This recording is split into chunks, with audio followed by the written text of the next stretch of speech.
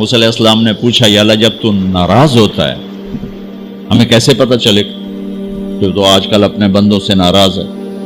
تو اللہ تعالیٰ نے فرمایا جب میں ناراض ہوتا ہوں حکومت بے وقوفوں کو دیتا ہوں، اجعل الملک فی صفہائہم، حکومت بے وقوفوں کو دیتا ہوں، والمال فی بخلائہم، اور پیسہ بخیلوں کو دیتا ہوں جو ذرا گن گن کے خوش ہوتے رہیں، اور بارشیں بے وقت کرتے ہیں، بارشیں بے موسم کی ہو جاتی ہیں، پیسہ بخیلوں کے پاس، حکومت نکموں کے پاس۔ کہ اللہ جب تو راضی ہوتا ہے تو اس کی کیا نشانی؟ کہ اس کی نشانی یہ ہے کہ اجعل الملک فی حلمائہم، حکومت سمجھدار اور نیک لوگوں کو دیتا ہوں، والمال فی سمحائہم، اور پیسہ سخیوں کو دیتا ہوں، اور بارشیں وقت پہ کرتا ہوں۔ تو موسیٰ سمجھو میں اپنے بندوں سے راضی ہو چکا۔ تو اطعام الطعام میں اشارہ ہے سخی بنو، سخی بنو۔ اللہ تعالیٰ کی ایک وی آئی پی جنت ہے جس کا نام ہے جنت الفردوس۔ اللہ نے باقی جنتیں بنائی کن کن کن، جنت الفردوس بنائی اپنے ہاتھوں سے۔ کیا چیز بنائی ہوگی؟ تو اللہ نے کہا وعزتی وجلالی لا یجاورنی فیکی بخیل، اے جنت مجھے اپنے عزت و جلال کی قسم تیرے اندر بخیل نہیں جا سکتا، مرد یا عورت بخیل نہیں جا سکتا، سخی جائے گا، بخیل نہیں جا سکتا۔ بخیل سے اللہ کی دوستی لگ نہیں سکتی اور سخی سے ٹوٹ نہیں سکتی۔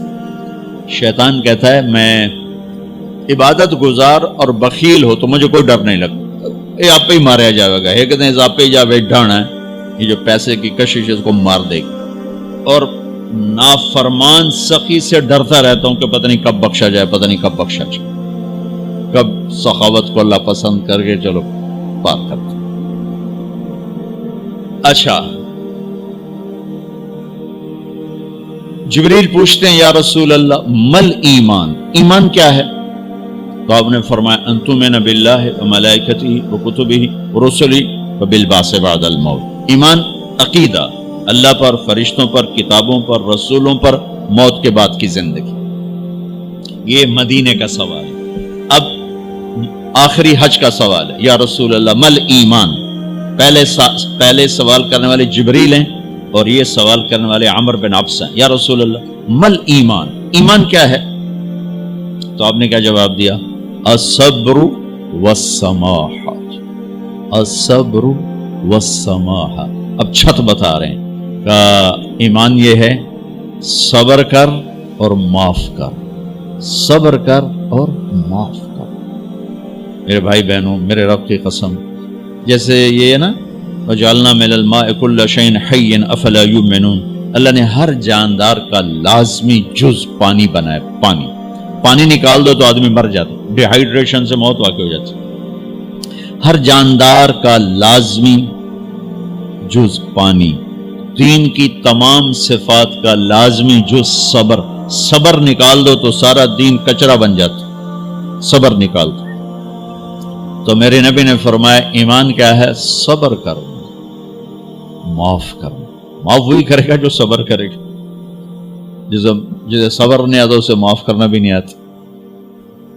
تو ایمان قیامت کے دن اعلان ہوگا صبر والے کھڑے ہو جاؤ، تھوڑی سی جماعت کھڑی ہوگی، بلکہ چلو جنت میں جاؤ۔ ان کو اللہ بغیر حساب کے جنت میں ڈال دے گا۔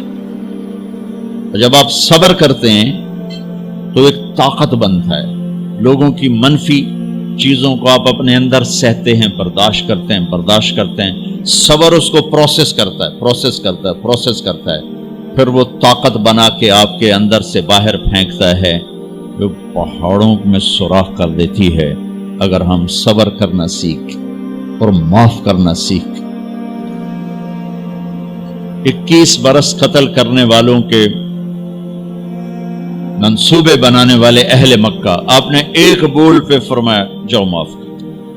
کمال، 21 برس قتل کے پیچھے پھرتے رہے۔ جنگ خندق کے فوراً بعد مکہ میں قحط آ گیا، تو ہمارے نبی نے 300 دینار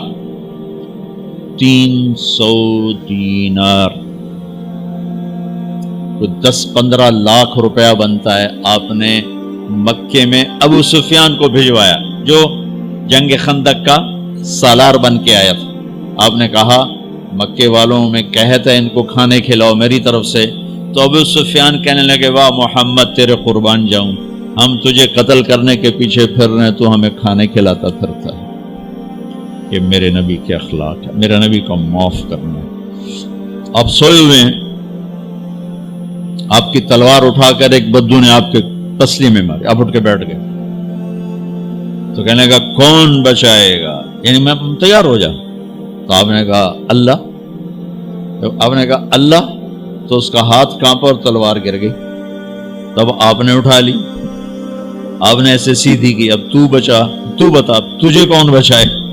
تو کہنے لگا میں تو ہی بچاؤنا ہے اور کہیں بچاؤنا. تو آپ نے کہا کلمہ پڑھتے ہو؟ کہنے لگا نہیں پڑھتا.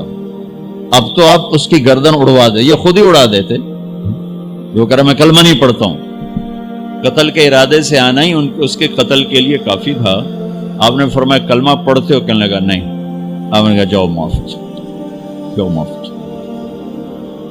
صحابہ کے سامنے جاؤ معاف. انسان اور خطا لازمی ہے، اگر معاف کرنا نہ سیکھا تو ہم خود ہی دکھی ہو کے رہ جائیں گے.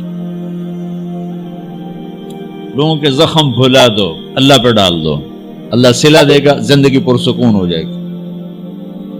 دیکھو ہم اپنے یہ کرتے پر داغ نہیں لگنے دیتے، اپنے بس سے داغ. کھانا کھانے بیٹھو نیپکن، یہ دیکھو ابھی نیپکن پڑے ہوئے ہیں، رکھو اگو رکھو توڑے چولے تو کوئی سالن نہ ڈھے پاگے، ٹھیک یہ تو پھر بھی دھل جائے گا. لیکن یہاں داغ لگا، کبھی نفرت کا، کبھی غصے کا، کبھی انتقام کا، کبھی حسد کا، کبھی بغض کا، کبھی کینے کا. انسان سب سے زیادہ اپنی ذات سے محبت کرتا ہے. یہ معمولی سے کپڑے کو داغ سے بچاتے ہو، جو سب سے قیمتی چیز ہے دل جو بادشاہ ہے، اسے بھی تو صاف ستھرا رکھو. جیسے ہم لاکھ زور لگا لیں، ہم کپڑے کو میل سے نہیں بچا سکتے.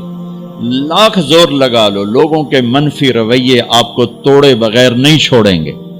لہذا کیا کرو؟ نبی والا معاف کرو، معاف کرو، دل کو صاف کرو، دل کو صاف کرو، دل کو صاف کرو، صبر کرو، معاف کرو. میرے نبی نے فرمایا، میرے بیٹے انس ایک بہت بڑی سنت بتاؤں، بہت بڑی سنت. داڑھی سنت ہے، پگڑی سنت ہے، سفید لباس سنت ہے. بہت بڑے کا لفظ مجھے یہی یاد ہے، ہو سکتا ہے کہیں اور بھی ہو.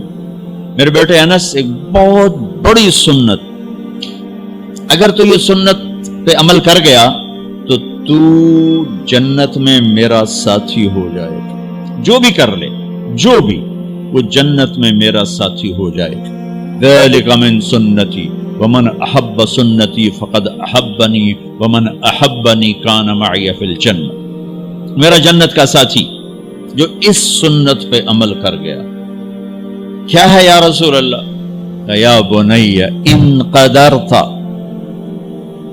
اگر تو کر سکے. اشارہ ہے کم تنو اوکھا دسن لگا سوکھا نہیں ہے. ان قدرت، اگر تو کر سکے. ان استطاعت، دو لفظات کہ بیٹے کام اوکھا ہے لیکن دیکھو تمہیں ملے گا کیا. جنت نہیں، جنت میں نبی کا پڑوس ملے گا. ایڈا بڑا کام تیرا نا دیکھو نا 4-5 لاکھ نالتا اتنے ہوں ایک گز نہیں لگتا. تو کوئی بندہ بوجھ پا کے آج لاکھ روپے دا 2000 گز دا بنگلہ لے دے تو اکثر پاگل خانے کر لو. جنت کا مل جانا بھی بہت بڑی بات ہے، پر جنت میں نبی کا ساتھ ملنا کوئی سوکھا کم تو نہیں ہوئے گا، ہے کری تو پسینہ آئے گا. آپ نے فرمایا بیٹھے ان قدرتا، زور لگے گا. ان تصبح و تمسیا، ساری زندگی کرنا پڑے گا، ساری زندگی کرنا پڑے گا. داڑھی تو ایک دفعہ رکھ لیا، تھوڑی صفائی ستھرائی ہے، لیکن یہ روزانہ کرنا پڑے گا، صبح شام کرنا پڑے گا، ساری زندگی کرنا پڑے گا. اور تو اس میں تھکے گا. کیا ہے؟ وَلَيْسَ فِي قَلْبِكَ غِشٌّ لِأَحَدٍ فَافْعَلْ. صبح و شام اس دل میں کسی کی نفرت نہ آنے دینا، کسی کے لیے بغض نہ آنے دینا، کسی کا کھوٹ نہ آنے دینا، کسی سے کینہ، غش، سارے الفاظ کو اپنے اندر سمیٹے ہوئے.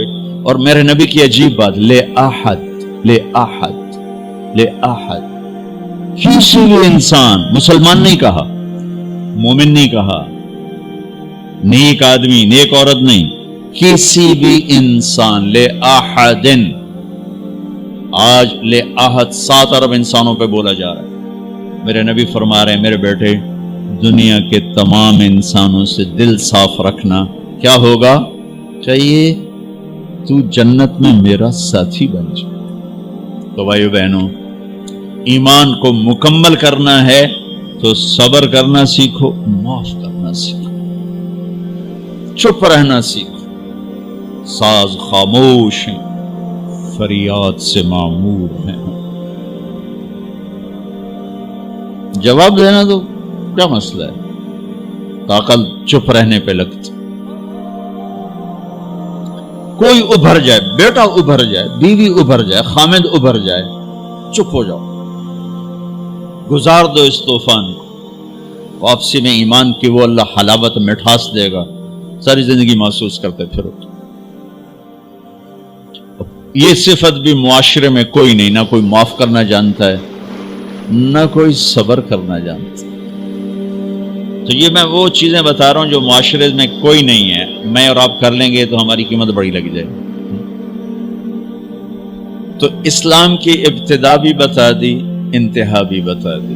ایمان کی ابتدا بھی بتا دی، انتہا بھی بتا دی. یہ شروع ہوتا ہے عبادات سے، عقائد سے، اور مکمل ہوتا ہے اخلاق پر، درگزر پر، اخلاق کی تمام صفات پر.